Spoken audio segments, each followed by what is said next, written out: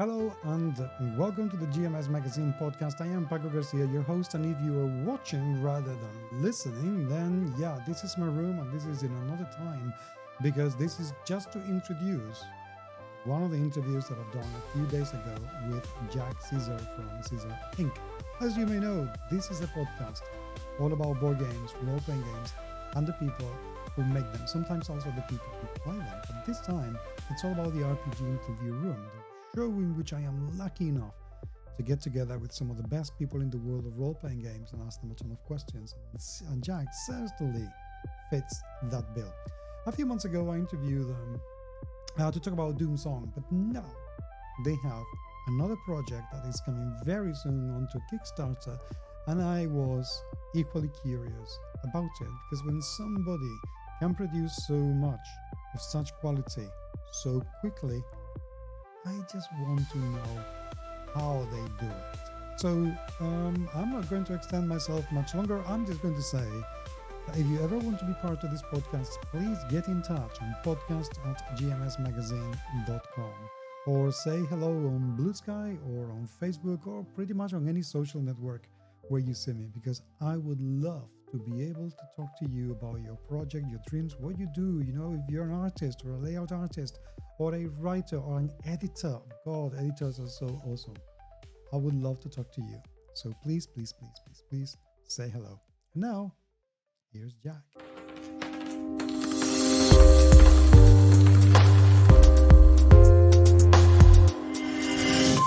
Jack, welcome back, mate, to the GMS Magazine podcast. This is, for transparency in human beings, the second time that we start this interview because my audio equipment has decided to be a complete and utter asshole, which is very frustrating. So anyway, Jack, I will ask you once more, how are you, mate? I'm doing well. It's the third time if we count your laptop losing a fight with a cup of coffee. I'm going to My steal your explanation of how it went down this time. Well, this time I don't know what's happening. I bought recently a new mixing table from a brand called Rode, which I really value and I like very much. This podcast is not sponsored by Rode, and yet it doesn't stop giving me an awful lot of problems that I just don't understand. I don't get it. My God, it's just life would be so much easier if things just worked. So anyway, this is the second time that I have you here in the podcast. It's been like 3 months waiting for you to be here because between laptop, my husband's eye operation, Easter holiday, so on and so forth, it's been like maniac, completely and absolutely maniac. But now you're here. And I think it's fair that we mention once again Doom Song, because this is what I interviewed you last time that you came to the show, and it was a project that sounded very, very intriguing, and you actually managed to get it sorted by Dragon Meet, where we crossed paths, and and It's it a real looks, thing. yeah, it is, and it looks absolutely gorgeous. How did it pan out? How has it been the experience of releasing Doom Song? It's been absolutely amazing, to be honest. Our team has done a lot of stuff for a lot of folks around the industry. So we've done a lot of like IP work for various companies, whereas this is like our first project that's for us, and it's our world, and it's super exciting to be able to share that with people essentially, and not sort of be working on someone else's creative world, which is a lot of fun. But getting Doomsong out and then also it being received very well. Everyone who's played it has enjoyed it, or at least they haven't told us if they haven't. Okay, And it's been out there and actually being sort of a physical product, retail product. You know, it's real in a way that sort of hobby stuff or things done for other companies can't be. So yeah, it's been super exciting and super gratifying seeing it out there and in the real world. So we're going to um, go and do it all again. good. Well, and actually, that's the thing that you're doing a lot all again, but also very quickly because Doom Song hasn't been out all that long, and you are already coming out with something else that it's going to go into crowdfunding in next to no time. how are you managing to be so quick with your projects? Um, well, so it's quite interesting because we're often like not feeling that we're going that quickly, because when you're in the guts of a creative project, it feels, you know, you're in the mines and you can't or in the trenches and you can't see very far, sort of over the top. So it's really nice to hear that it feels like we are working at a good speed. I think a lot of it comes from the fact that we're a small team. There's three of us, so it's me. I'm Jack. If anyone hasn't heard of me before, and my brother Chris, and then my sister-in-law, Chris's wife, is Morgan, and we split the sort of responsibilities of Doomsong amongst us, where Morgan is the sort of creative ubermind, the author. She's got doctorates in literature and is all about writing and telling me off for putting commas in the wrong place and using semicolons willy-nilly. And then we've got Chris, who is graphics and illustration and does a lot of the like the really important bit, which is layout, which like I don't think enough RPGs like realize how important that is. Oh, very true. But also art and illustration and graphic design up the wazoo in here. Of course, a lot of the illustration was done by Maritz Krebs, who is an amazing illustrator out in Germany, who's done a lot of the art in the main book, in uh, Lord Have Mercy Upon Us, which is the campaign sort of that came out at the same time as the core rules, and then in our upcoming game as well. So yeah, it's all keeping the same sort of consistent tone. But that wasn't the question. It was how do we work so fast? And I think it's that sort of division of labor. And I do a lot of the sort of gamey parts, the you know, rolling dice and making sure that things are quote unquote balanced. And so by sort of having these responsibilities, we can kind of work on the same thing at the same time, coming at it from different angles. We also work in a tiny office that's maybe a little bigger than the room that you're in at the moment, but not much. And so basically every conversation is a sort of multidisciplinary conversation. It's a really unique working environment, from what I've done, you know, working on IPs and other bits and pieces. Like this is definitely a unique way of working, and I think it works really well. Well, I mean, if it's working for you and you're managing to get some good products out, which you are, that's the right formula. No, I don't think there is a one single good way to work. If it works for you, then that is it. But okay, let's not keep people waiting to hear about what your next project is going to be. So, give me the elevator pitch. What's the gist, the soul of it all? Well, to wind back the clock just a moment, in our first campaign, Lord Have Mercy Upon Us, we saw the first seal of the apocalypse broken, and the first horsemen send their chaos across Panem, the world. And that horseman was Pestilence. In our upcoming campaign, Thou Shalt Not Suffer the Witch, we have the second seal broken and the second horseman, Famine. They are coming out into the world, and it's a little bit different to Pestilence, who sort of had already sort of ripped apart the world to sort of throw you into this fish out of water, you don't need to know much, like sort of chaotic sandbox campaign, and into a much more sort of deliberate, investigative adventure where you are put into the shoes of witch finders. Witches in our setting are those people who are unfortunate enough to have decided to make a pact with one of the traitor gods, which the church, the ecclesiarchy, have deemed heresy. And it's very important that a group of people go and make sure to find these witches, to destroy them. And this has become like even more important in the region of Cocytus, which is the realm in which Thou Shalt Not Suffer the Witch takes place, because it is undergoing a great famine. Wheat is withering in the fields, milk souring on the teat, all of the terrible stuff that, in a medieval agricultural society spells doom, especially as sort of this region is sort of the breadbasket of the realm.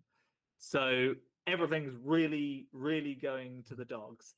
And you are sort of set up in this campaign where what we've done is we've cut it into sort of 7 smaller adventures that all tie together throughout the game. So you can sort of pick and choose parts of it. So you could do sort of a standalone witch finding adventure, or you could sort of do it as a grand campaign, tying them all together. And there's a lot of sort of interlinking things that bring everything together. The main one being famine, being this overarching, dreadful, like, chaos that is slowly descending upon your world, your lives. You're existing in this world where, like, food is the one thing that, there's no, we can't put it to the sword, we can't fight it on a battlefield. It is just a lack of sustenance, and that creates huge amounts of strife, huge amounts of problems, because the sort of thing that we want to really do in this world is tear it apart. So in the first book, we literally tore a piece of it off of the world and thrust you into the plaguescape. That was horrible. In this one, we are sort of giving you a chance, or giving you a place of normality, especially right at the beginning of the campaign, and then tearing it apart sort of throughout that game. As a quick addendum, although there's sort of a little bit of link between the 2 campaigns, they're not like play this one then play this one. They are definitely in play in either order. They're set in different parts of the world. They do work really well sort of either way, where you could, through the witch adventure, end up sort of falling into the plaguescape, or when you escape from the plaguescape, you end up coming out into Cocytus and dealing with its problems. How do you manage to design something like this in a way that it can be interchangeable? Because usually, obviously, the events in the first adventure, whichever one it is going to have an impact on the second adventure. How do you design this in a way that those events can make sense regardless of at what point you're playing them? So part of it is helped somewhat by being sort of geographically separate. So they're actually bordering nations, and part of it is Morgan being very clever and linking in a lot of sort of clues and seeds in Lord Have Mercy Upon Us. So for example, there's a lot of like letters in the histories of the world in Lord Have Mercy Upon Us of like border raids between Cocytus and Leith, which is the country in that setting, and they're sort of having problems that are sort of being resolved because Cocytus isn't sending food because of these border raids and all of this stuff. And one of the characters is actually the prince of Cocytus, Theot Walland, the ranting lord. And so kind of because we've sort of thought ahead to this world, and we've basically done there's 4 books essentially. If everything goes amazingly and we do 4 Kickstarters and we get there, that's definitely the hope, the dream, is these 4 books, and they've all been very, very loosely designed.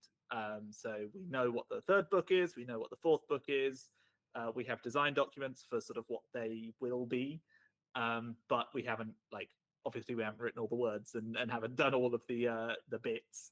But that means that we can set things up, we can call back to stuff, and if it's done in a different order, then those callbacks are now just links to another part. So, for example, in Cocytus, there's, Theot Walland went missing, and so that can be mentioned and sort of set up as just, oh, this is one of the terrible things that's happening in Cocytus. the prince went missing half a lifetime ago, and since then we haven't had a proper like leadership. And that kind of, it doesn't have to be explored in that sort of that campaign. But if you sort of then go on to Lord Have Mercy Upon Us, you have this link and you can play with that. And I think that basically that kind of planning ahead really gives you a lot of space. It's really easy to like write yourself into a corner oftentimes. But yeah, there's also they are sort of in these two different locations, and we cheated a little bit with Lord Have Mercy Upon Us in that it's kind of ripped out of reality, which gives you a lot of leeway when you're running the game of like timey-wimey and how it actually sort of fits in. So sort of it can be explored before, it can be explored afterwards, and those links kind of are a two-way street. For the people who've not heard the interview or taken a look at Doomsong before, tell me a little bit about the world itself. What is the premise behind everything that we're talking about? So yeah, we call Doomsong a role-playing macabre because we love being pretentious, and it is a horror medieval role-playing game in a world that is undergoing a biblical apocalypse. You play as members of a guild. In Lord Have Mercy Upon Us, it was the Gravediggers Guild. In Thou Shalt Not Suffer the Witch, it will be the Witchfinders Guild. And you play as members of this guild, going about and trying to basically go on adventures and find parts of the world, oppose the traitor gods, perhaps steal some of their power, perhaps make deals with them and become witches yourselves. The world is your oyster, but the oyster is cracking open and falling apart. So yeah, we steal a little bit from here and there. We definitely have some sort of OSR traditions in there. It is quite rules light, but there is a bit of crunch to combat and to sort of the bits where just saying work it out doesn't cut it, which I think combat is definitely one of those places. There is a lot of like emphasis on interpretation and clever solutions, combat as war rather than combat as sport. So we sort of take all of that, or a lot of that, from sort of OSR traditions. Also, high lethality is a big part of it. We frame it as the guild story rather than a character story. So rather than the sort of traditional or the modern sort of traditional D&D party of these guys you're going to sit down with every single week and follow their sort of stories from level 1 to level 20, although no one ever gets to level 20. You are following your grubby little witchfinder on their story from the time they joined the guild to the time they died or left the guild, and then you'll follow a different one, and that might be 2 sessions, it might be the whole campaign. But even if it is the whole campaign, you're probably you're not going to be killing gods. Well, you are going to be killing gods, but in an angry mob, and rather than as an Achilles-like superhero. But so yeah, that's sort of in a nutshell horror medieval RPG with some sort of rules lighty bits and some very unique character creation, and just a whole heaping load of lore that sounds very scary, but the way we try and interlace it with the mechanics and with the way the work, like we try and give it to you piecemeal, essentially. Really good example of that is the character creation system, which is a sort of almost a choose your own adventure book that takes you sort of through your character's life. And I'm sure we talked about it last time, but essentially what that means is that you get this sort of lore in bite-sized chunks. So like you learn that you were a cut purse, and you learn a little bit about Asartem, maybe like just from osmosis, just it's described as this horrible great city that is rich but also poor, tale of two cities. And then you get told, oh, you were a rat catcher, as a kid. getting into small dark spaces, and then you know became an executioner, and sort of as you get these sort of chunks of your life, you learn these things about the world. And then, you know, if you're lucky or unlucky enough to roll a witch character, a heretic, a follower of a traitor god, then you get this whole colorful page that's like, okay, here's the stuff you need to know about your god. They're bad. They're all bad. And, you know, but they're going to give you these powers and they're going to give you these rules. But you don't need to know any of that, like, on the offset. You just need to know that, like, if you roll that character, and now, okay, you've got this page of stuff that will give you information about that character. Because I think lore is a very scary thing for a lot of games, like where it's when they're disconnected from the rules. You've got, because quite often you'll have this rule set, and you go, oh, that's a fun rule set, and then you have the lore, and it's like, okay, now I've got to do this research. And yeah, I think one of the kind of unique things about Doomsong is that I think it would be quite difficult, not impossible, but difficult to like play other worlds in it.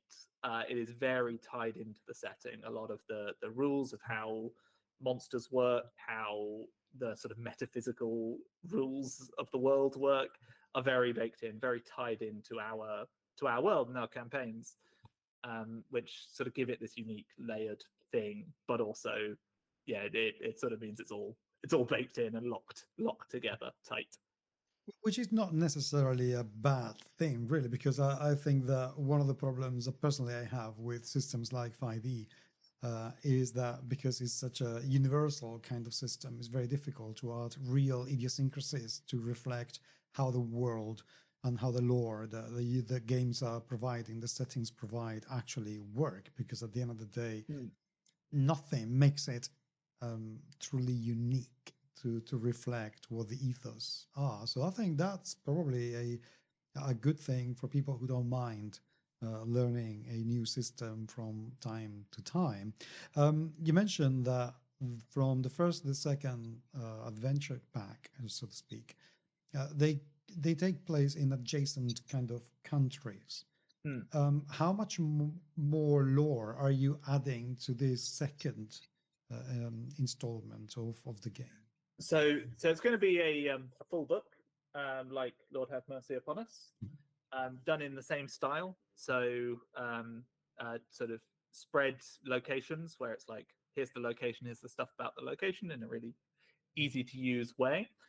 If you've had a look at Lord Have Mercy Upon Us, you'll know a lot of what to expect from our style, our in-house style that we're like happy to improve upon and continue. But the sort of the country that you're going into is, there's a lot of stuff that's mentioned in the core book and in Lord Have Mercy Upon Us. And then we are sort of just going to be concreting around that and then filling out like that area, like rather than, oh, you know, the stewards are here and you know, there is this river. We're of course putting it on a map and we're saying, no, it is here, and these are the towns and the villages and the realms sort of here, and here is how it all works. I'd say that Lord Have Mercy Upon Us is really fish out of water. So that adventure is kind of assuming you don't know anything about the setting. It's our first adventure, and you know it's not an IP anyone has ever heard of before. So literally, the first scene in that is, you know, you've basically walked through the mists and you're at a crossroads that you've never seen before. Choose a direction, like go explore. And you're not expected to know anything about this world because it's alien not only to like you as players, because it's an imaginary world that you've just learnt about and you're not sure how to pronounce because the people who wrote this book decide to write everything in the most confusing way possible. But you are now like, but your characters don't know either. Like, you have entered this world that's strange not only to your characters but to well, whereas Thou Shalt Not Suffer the Witch is sort of, it's split into those shorter adventures, and there is a little bit more guidance on sort of each of the adventures. We're going to be sharing a sampler adventure in the lead up to the Kickstarter, which is Cockburn Jail, which is a location that again is mentioned in the core book. It's actually somewhere that you can go during character creation. You can be like, oh, I grew up in Cockburn Jail as a woodcutter, or as a someone who worked in the sawmills. But that's just a location that's sort of mentioned. But now, if you did roll that character and you go there, you have this like knowledge of this place. It's this prison camp in the woods that basically you predicted the dog would. Yeah, he always does this in the middle of every single podcast. So, listeners, I do apologize, but my dog kind of lives here, so he's it's their house just too. doing what dogs do. He barks. Anyway, sorry about that. But yeah, so you've got these locations like Cockburn Jail, where it's mentioned in the book, but now it's it's got a map, it's got what's actually there, and it's got a mystery. So rather than sort of one big, well, there is a big overarching mystery, spoiler alert, but rather than sort of saying, hey, go in any direction and here's the thing, it is a bit more split up into sort of 7 or rather it's easier to cut out 7 adventures from the book, because there are these reports of miracles in this world, and in the sort of core book it is very much taught that miracles are only the traitor gods can do magic, because the immortal was killed at the beginning of creation, and the divine corpse can grant no miracles or no wishes. But there is this new sort of cult growing that seems to think, hey, magic, like the divine corpse is granting miracles. There's maybe this new messiah who's going around and doing this stuff. And it's your job as witchfinders to verify these miracles, to go out and say whether it is divine or whether it is a traitor god or witches behind it.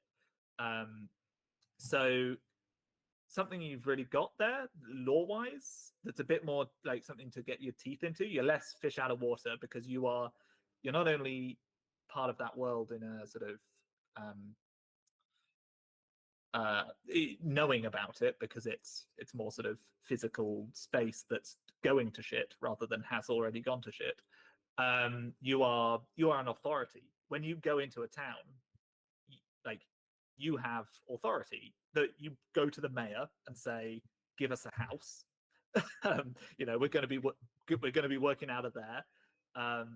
You know what, go ahead and tell a few of the men to start building a pyre, because we're going to catch a witch.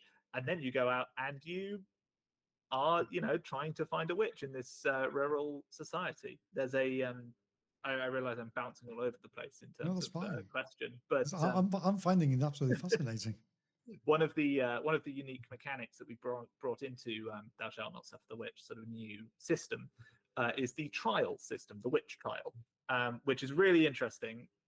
So essentially, quite often you will start your investigation, and quite soon you'll have a hunch, right? You'll be like, it was probably the old man who met us at the pier. It's Scooby-Doo. It's the second person we met. It was probably it.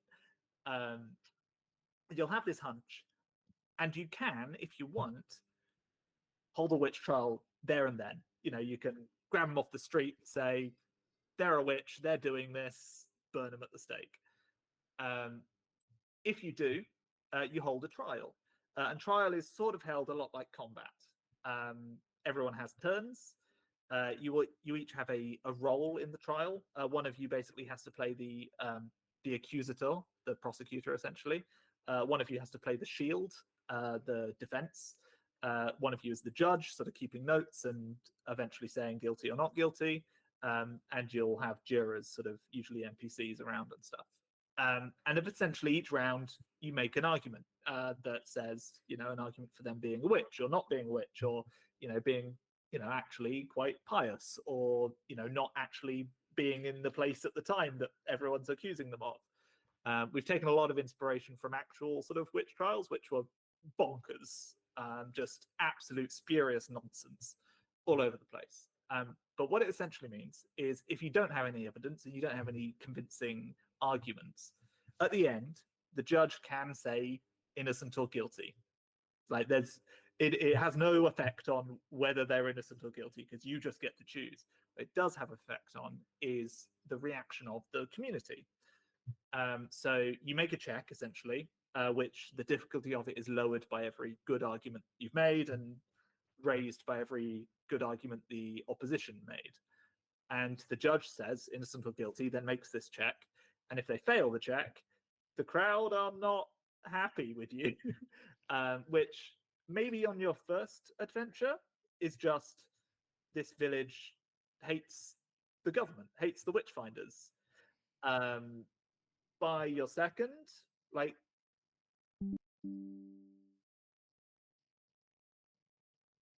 essentially is coming in and just grabbing people off the street and accusing them of witchcraft and then burning them. That's going to send people into the streets, or at least it should. But basically, you kind of have this. You need to find the evidence, even if you know in your heart they're the witch. You've got to prove it. And what it ends up being is essentially it's almost reminiscing about the adventure.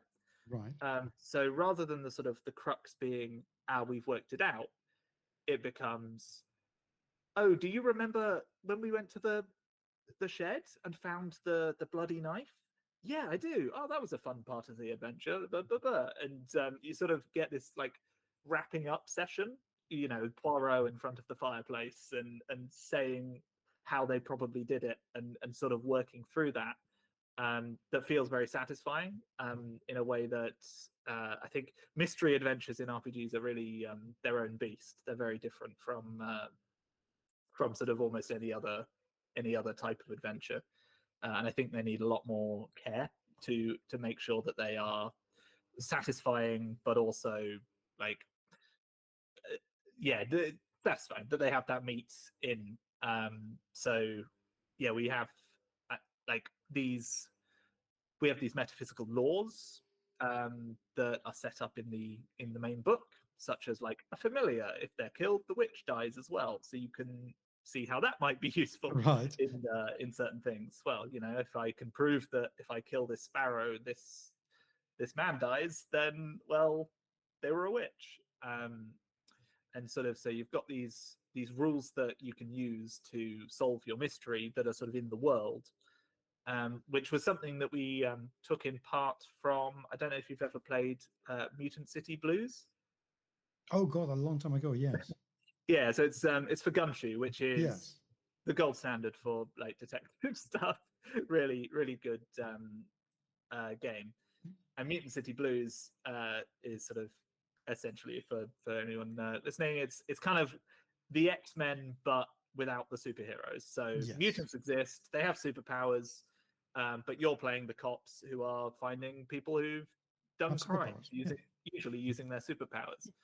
And what they introduced in that is the Quaid diagram, which is this awesome like linking of powers. So if someone has fire control, then they probably have fire immunity, and they might have fire flinging or something, and fire creation. And essentially, you can use this diagram to solve your crimes, because if the crime had to have been done by someone who was immune to fire, but also could move metal with their mind, well, those things are miles apart. Therefore, it must have been two different people, or they must have like been using a big fire suit or something, and you'll be able to find that. And so, by adding in this layer of fantastical rules, but they are rules, they are like set in stone, then you can have a lot of fun twisting that and finding the ways in which that was used cleverly. Quite often you're sort of working back from a clever twist of a rule you've set up.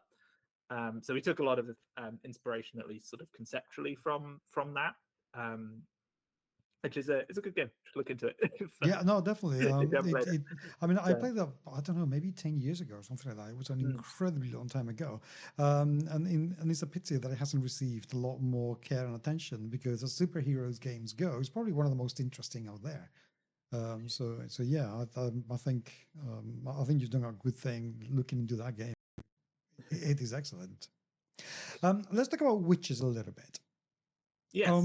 Because and this may sound to some people a little bit like Paco, you're going on to one of your work runs, but no, which is you know, they have had a really bad rep in our world, and people are still who consider themselves witches out there, and obviously there is a massive history of hatred and misogyny toward witches, and yet you're using them in the "Thou shalt not fear the witch." How are you approaching it in a way that either makes sense or doesn't really support the views, the real world views that we have at the moment of witches?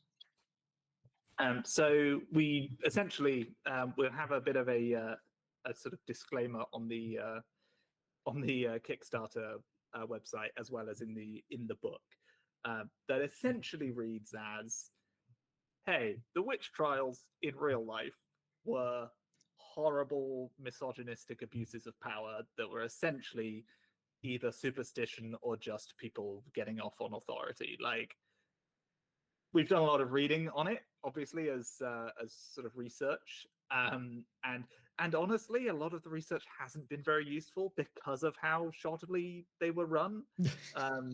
Like the whole thing of Matthew Hopkins just sort of kind of turning up and being like, "I'm the Witchfinder General." It's not really a post; it's just a thing. I am is insane. It's insane that it was allowed, that it sort of spread as far as it did in multiple parts of the world over a Centuries. disturbingly long amount of time. Yeah. So essentially, in the real world, terrible, terrible, terrible stuff. Um, in our world, there is sort of two things. There is the fact that, of course, the magic does exist, and there is, you know, bad things being done. So this is kind of in the GM's choice of how they want to do this. Our suggestion is kind of the main witches that are sort of you are searching for, the ones creating this miracle. Spoiler alert, but there is an apocalyptic sort of thing that is coming forth. Um, we have a few surprises coming up there in the campaign, but essentially, there is a great evil, and it is tangible, and it exists. It's quite human and observable. Mhm. Like the traitor gods have personalities. They're more like sort of Greek pantheon. You know, Zeus is an asshole. that sort of thing.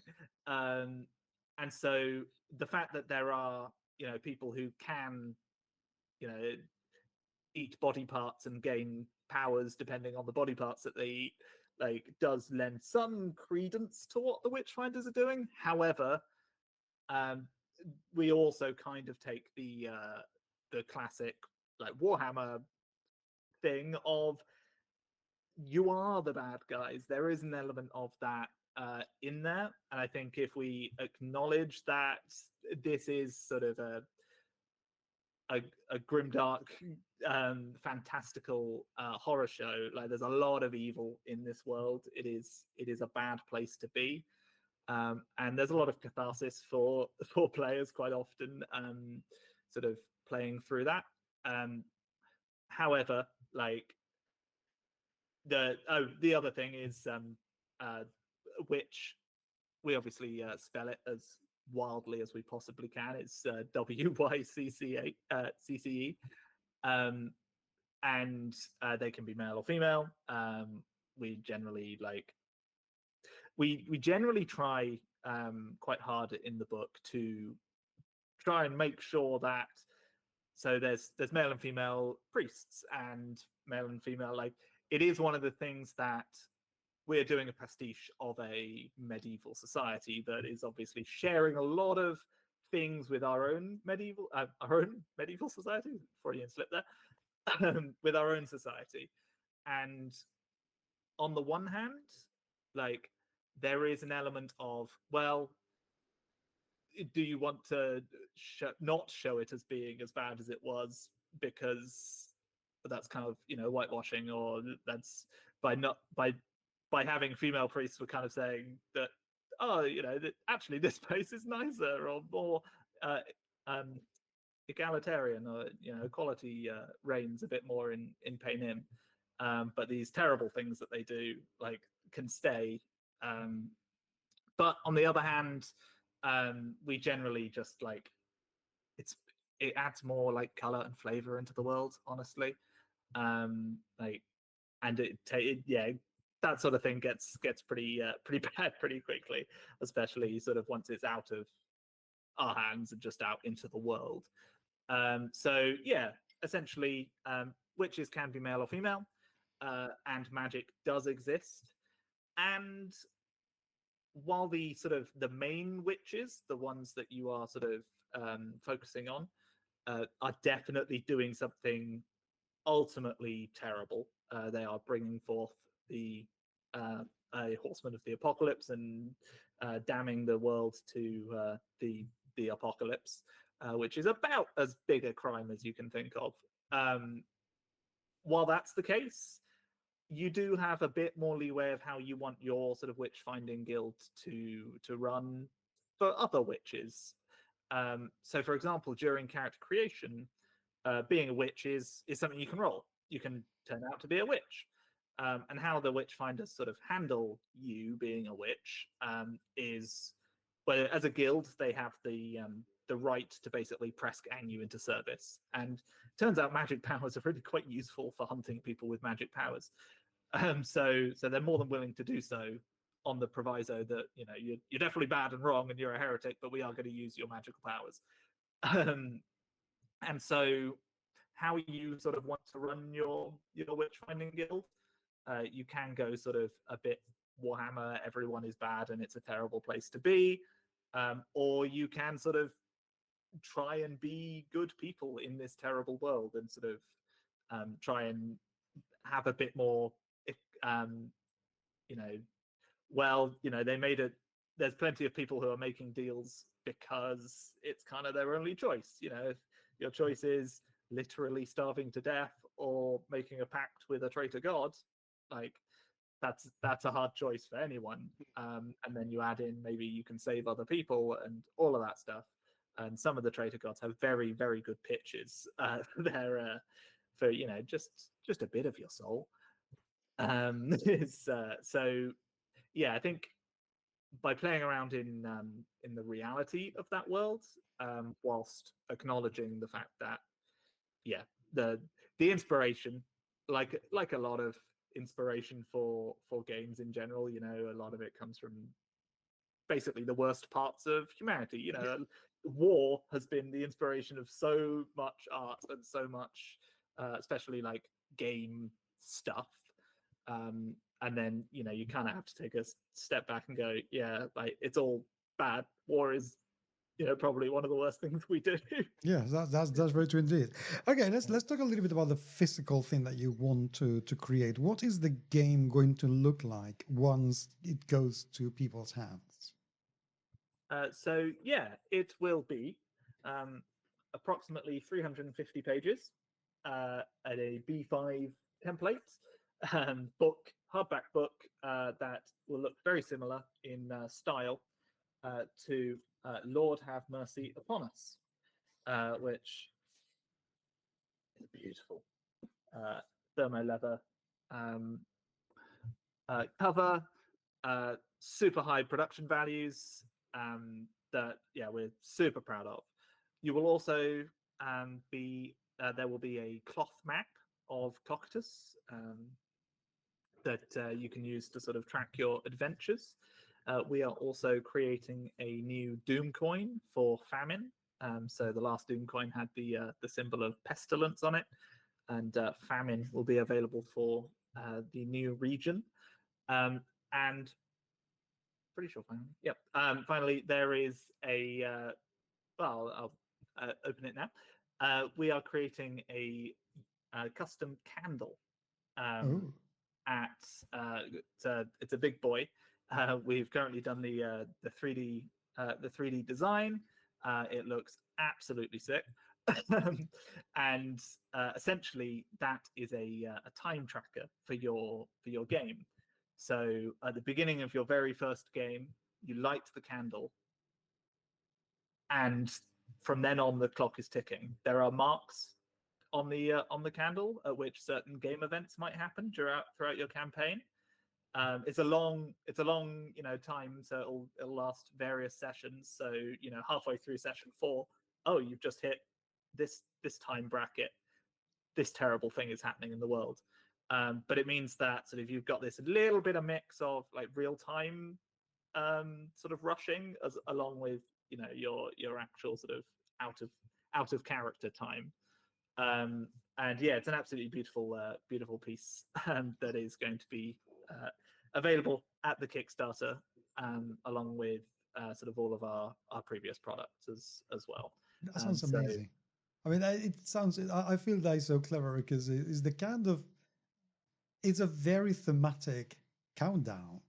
You could use your phone with, let's make sure that within X amount of time you've done this. But quite frankly, to hear when you're playing a medieval game, a alarm from a mobile phone ringing, oh, this is meant to happen. It's like, there were no alarms like this in that time. This is very anticlimactic. But having a candle that you could even use to lead the table and make it look more interesting, that sounds absolutely brilliant.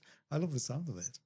There's a lot of like fun atmospheric things with it as well. Of like there are mentions of what happens if the candle goes out during gameplay, and it's also something that you can never take back.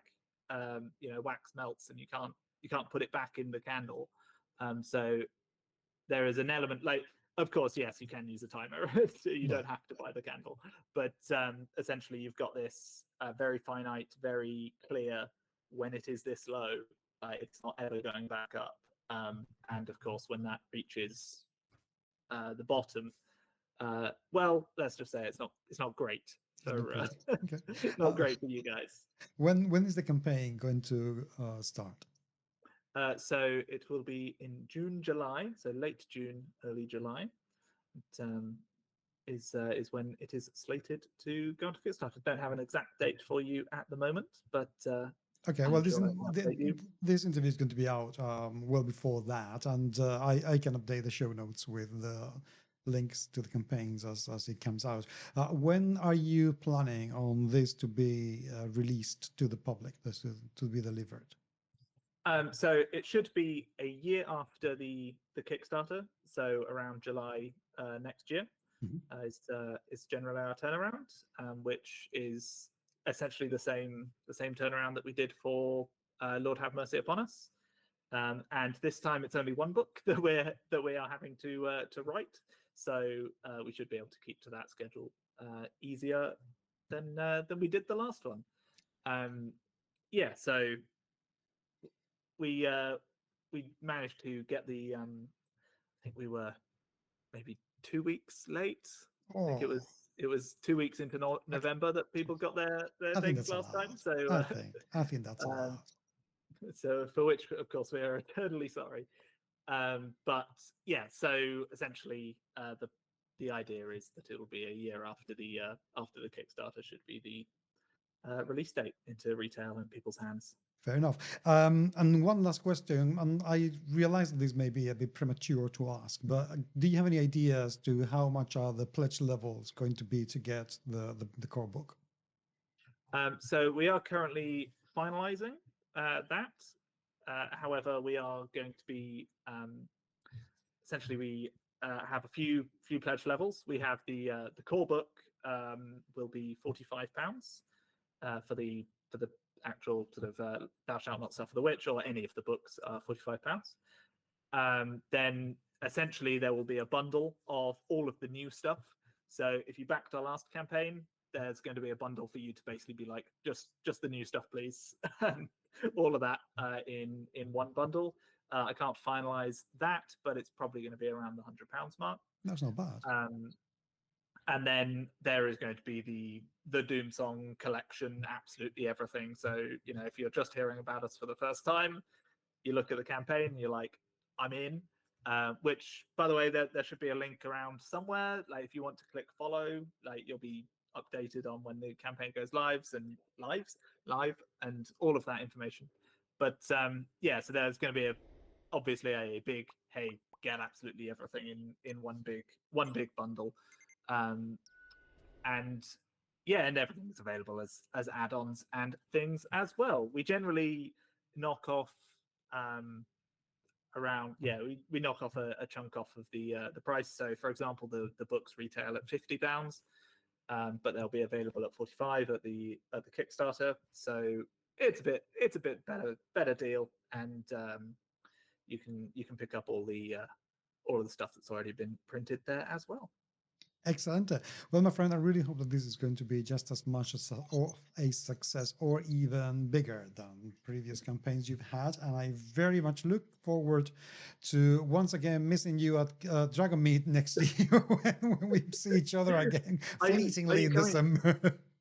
Are you going to be making it to Dragon Meet this year? Yes. Well, at least that is initially the idea. I go to 2 conventions every year. One is Spiel in Essen, and Dragon Meet, which is, even though hopefully it's going to be a 2-day convention very soon indeed. But yeah. Well, we've got a stall at Dragon Meet, so we'll definitely see you there. You can find us. Well, this time I promise I'm going to be a lot more organized, and I'm going to make sure that I manage to see people when I'm walking around rather than just going around not seeing anything nearby. So until then, Jack, thank you so much for being with me. It's been, as always, an absolute pleasure, and I cannot wait to see Thou Shalt Not Fear the Witch coming out and becoming an absolutely massive success. Well, thank you so much for having me.